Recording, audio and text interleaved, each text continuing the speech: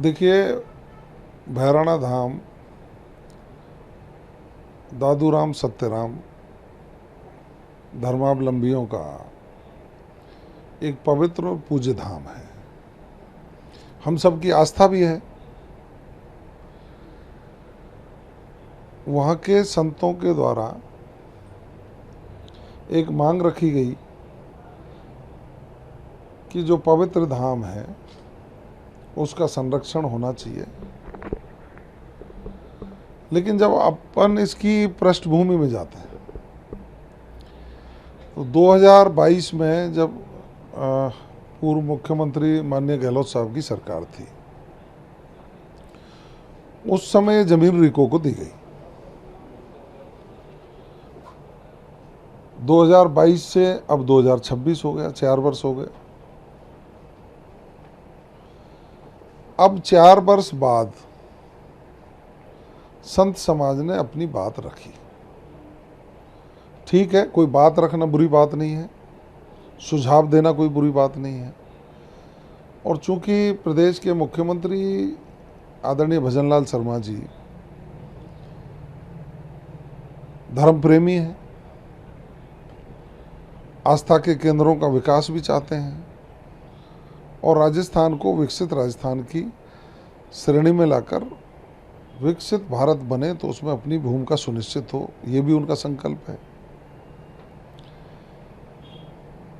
लेकिन संतों की मांग और प्रशासन की वार्ता दोनों की आपस में चल रही थी।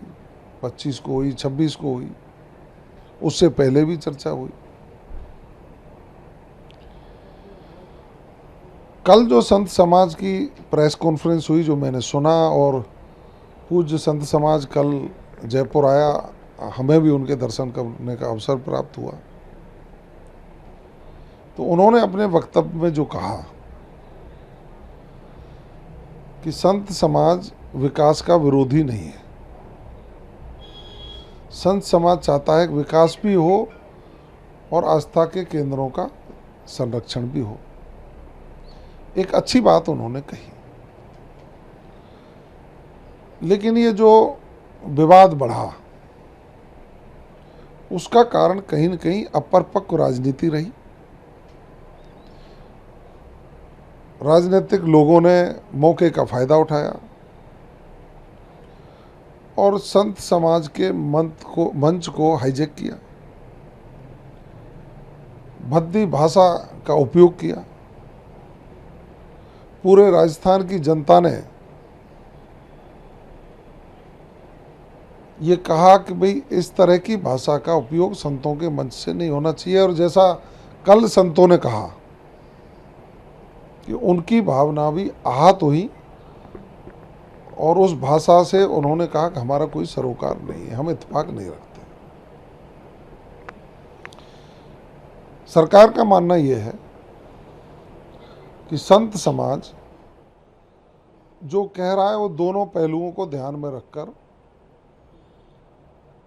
अपनी बात जो रख रहा है उस पर सकारात्मक रूप से संवाद स्थापित करके समस्या का समाधान करें। माननीय मुख्यमंत्री जी का स्पष्ट संदेश है कि हम संवाद स्थापित करके वहाँ जो समस्या खड़ी हुई, जो एक कांग्रेस के सरकार के निर्णय के कारण वो समस्या खड़ी हुई, उसका उचित समाधान करें। काफ़ी संतुष्टि मिली जब कल संत समाज ने अपनी प्रेस वार्ता में इस बात को कहा है।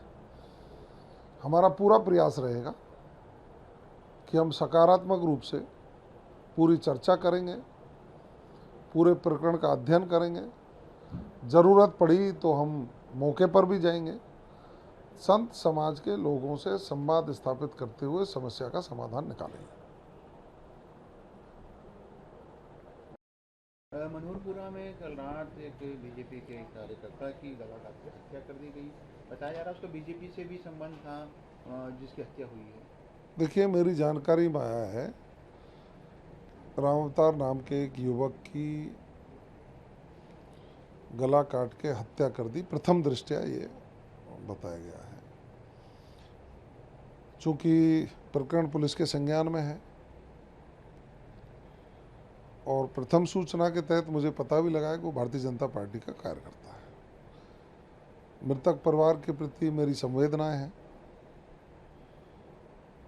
और पूरे घटनाक्रम की विस्तृत जांच करके जो भी कोई दोषी होंगे निश्चित रूप से गिरफ्तार किए जाएंगे। कांग्रेस नेता इसमें राजनीति कर रहे हैं। देखिए, कांग्रेस के लोगों पर राजनीति करने के लिए कोई मुद्दे बचे नहीं है। कांग्रेस पूरी तरह से अप्रासंगिक हो गई है और 10 दिन का पुष्कर में वो प्रायश्चित भी कर रहे हैं। कांग्रेस के प्रायश्चित शिविर में उनके एक स्वयंभू नेता राहुल गांधी जी भी पहुंचे। राजस्थान पूरा उनके इस प्रायश्चित शिविर पर हंस भी रहा है कि ये समय रहते प्रायश्चित कर लेते, भारतीय संस्कृति और परंपरा और विरासत के संरक्षण के लिए ये संकल्प लेकर के काम करते, विदेशी ताकतों के आगे झुकते नहीं, तो आज भारत में अप्रासंगिक नहीं होते। अब ये तगाड़ी उठाने का नाटक पुष्कर के पास गांव में जाके जो किया है, इनको मजदूर कोस रहा है, इनको गरीब कोस रहा है, इसको किसान कोस रहा है, इनको महिला कोस रही हैं, इनको युवा कोस रहा है। किसान का कर्जा माफ़ करने का झूठा वायदा करके आप छुप गए थे। 10 दिन, 1, 2, 3, 4, 10 गिनती बोली। आज वही यहाँ प्रायश्चित शिविर में आकर के उन्होंने प्रायश्चित किया कि हाँ, राजस्थान की जनता के साथ मैंने झूठ बोला था। युवाओं के हितों पर आपने कुठाराघात किया, पेपर लीक हुए, गरीब खून के आंसू रोता रहा, उसका प्रायश्चित आप पुष्कर की धरती पर कर रहे हैं।